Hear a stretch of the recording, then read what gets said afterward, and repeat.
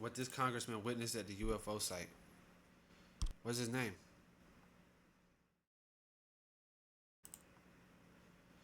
Republican Representative Eric Burleson. All right, let's check it out. UFO.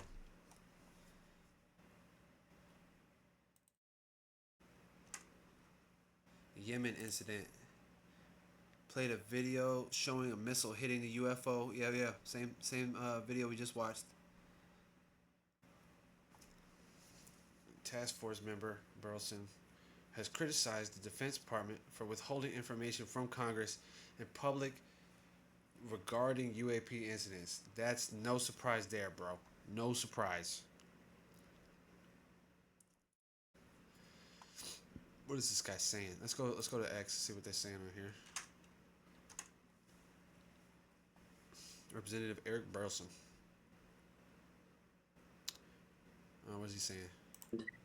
And to the lady, I spent the entire day with the White House staff, almost the entire day, and into the late evening. And at one point in that conversation, I said, "Look, while I've got you," and I said, "This has this has nothing to do with how I will vote on this bill, but since you're here, I need your help."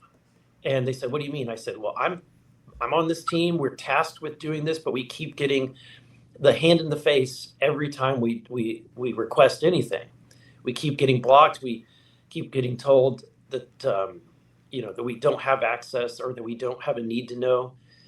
And he said, "Well, what do you want?" And I said, "Okay, what I want is I want a White House level briefing, same briefing that the president. If you're taking the request, that's my highest request.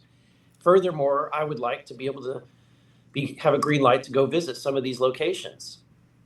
And the gentleman that I was asking kind of smirked, and I said, "Is this comical to you? Is this? Do you think that this is? I'm not a serious person." And he said, "No." He goes, "I just want to go with you." Okay. And so, wow. And turns out he did. He was able to go with me. He had to follow the proper channels as well. And we visited the first of many sites. Hopefully, I'm going to be cautious in talking about that because I don't want to jeopardize the ability to go to the remaining locations, if you will. I truly think that for them, this was a test of whether or not this would become a circus for them, and so I think that I'm just treading cautiously before I release too much information about what I've learned and where I went. Congressman, when you say you went to visit the site, are you implying that the alleged site that could potentially be housing non-human technology? Is that kind of what one is alleging here? Yeah, or once did house non-human technology, right? Got it. So okay. That was now from my insights from Grush and others, they had it was pretty obvious that first site that we were going to did not have active material, but potentially could have in the past. All right, heck yeah. Oh, what is he saying here? 22 seconds. Experience in special forces and the intelligence community. I was running by the list with them, and they said you need to take those two names off your list and never talk about those two people ever again. If you and they said they would have no problem having you killed. Dang. Someone from that had brother, they gonna smoke you. You know what I'm saying? That's crazy. What was their size? Wait. How many are usually on a craft? They're typically the multiple species people are familiar with, the Greys, the Nordic. 4 confirmed alien species. That's what this astrophysicist telling this congressman, Eric Davis, astrophysicist Eric Davis. Now let's see what he's got. See what he's got going on. Astrophysicist Eric Davis.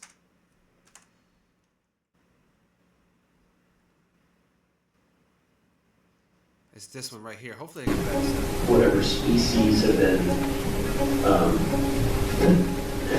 piloting these craft. How are they large?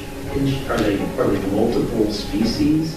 Are they like what was their size and how many are usually on a craft? They're typically the multiple species. People are familiar with the Greys, the Nordics. People are talking about reptilians and insectoids. It's not that they're reptilian or insectoid, it's that they resemble to the percipient of reptile or an insect type humanoid, because they have this a head and 4 limbs and torso. So large, small? Human size, human scale. And are there how many are crewed? Well, the Greys I'm familiar with from investigating the crash at Corona, which is misnamed the crash at Roswell. It's not the crash at Roswell, it's the crash in Corona, Mexico. Those were Greys, those were 4 foot tall. Crash in Corona, Mexico. This astrophysicist, is saying that there's 4 different species. Crash in Corona, New Mexico. It's non-human. Roswell incident. Okay, the Corona, New Mexico. That's the one. That's the Roswell incident. What they're saying, but it's Corona, Mexico, is when where it happened. And the Nordics are typically human sized, probably, I don't know, 5-6 feet tall. I don't know if I believe this guy, man. I mean, you gotta see. I mean, I gotta see some evidence, bro. You gotta see some evidentiaries. Austin, Texas, United States. See, who is Eric Davis? Eric W. Davis, American astrophysicist specialized in advanced propulsion concepts and unidentified anomalous phenomena. All right, it's on Grokpedia. Aerospace Corporation role. Let me see, key collaborations extensively with the physicist Hal Puthoff on investigations into unidentified aerial phenomena, including joint membership in panels reviewing UAP data from defense sources. So they're actually, this guy is actually reviewing data from military, like data that the military collected. Exotic propulsion systems. Government briefing. He has stated that he provided a briefing to former President George H.W. Bush on a 1964 unidentified aerial phenomenon incident at Holloman Air Force Base, where, according to Davis, drawing from his experiences, and Bush, drawing from his experience as a CIA director, confirmed knowledge of extraterrestrial contact but cited need-to-know restrictions to deny further details or access. Davis is also reported conducting classified briefings on the retrieval of unexplained objects for the staff, Senate Armed Forces Committee, in 2008. All right, deliberately omitting specific names, programs, and locations due to security constraints. The other guy here, Eric Burleson, he straight up told him, he said that people would threaten to kill him if he said anything, which is outrageous. Classified program compartments, international retrievals and technologies. He has referenced Russian crash retrievals for years following the Soviet Union's collapse, based on sources from programs like WSAP. I don't know what that is. Check that out.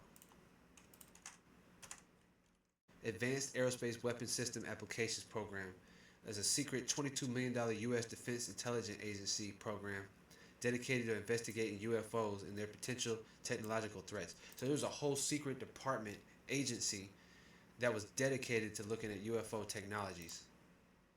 Brother, like how are you gonna do all that and it's not, and you can't confirm nor deny? That's insane. That's insane to me.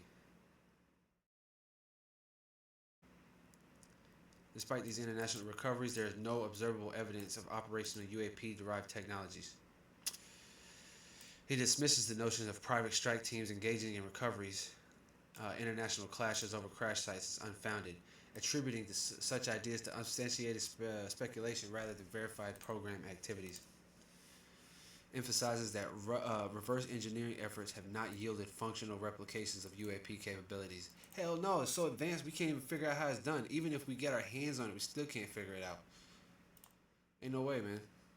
This is crazy. Crazy stuff, man.